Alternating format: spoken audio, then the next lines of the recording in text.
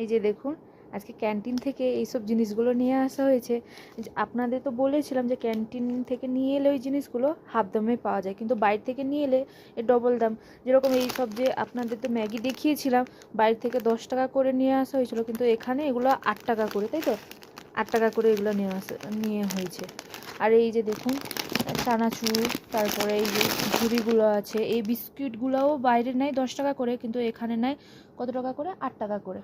Sorry, বাইরে 20 টাকা করে নেয়, কিন্তু ভেতরে এখানে 10 টাকা করে নেয়। আর এই সব বিস্কুটগুলো দেখুন, এগুলো বাইরে 40 টাকা করে নেয়, আর এখানে 22 টাকা করে।